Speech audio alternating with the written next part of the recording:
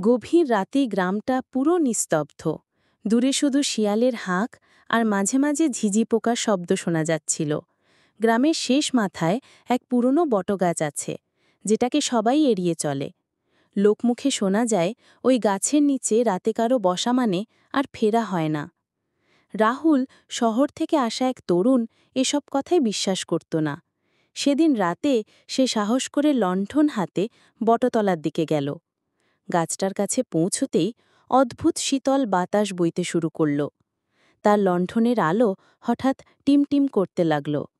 ঠিক তখনই সে দেখল গাছের গোড়ায় একটা সাদা শাড়ি পরা অবয়ব দাঁড়িয়ে আছে। চুলগুলো এলোমেলো, মুখটা অদৃশ্য। অবয়বটা ধীরে ধীরে তার দিকে এগোতে লাগল। রাহুলের পা যেন জমে গেল, নড়তেও পারছিল না। একসময় কানে ফিসফিস শব্দ ভেসে এলো, এত রাতে কেন এসেছ? তারপর লণ্ঠনের আলো নিভে গেল। পুরো গ্রামে আর কখনো রাহুলকে খুঁজে পাওয়া গেল না।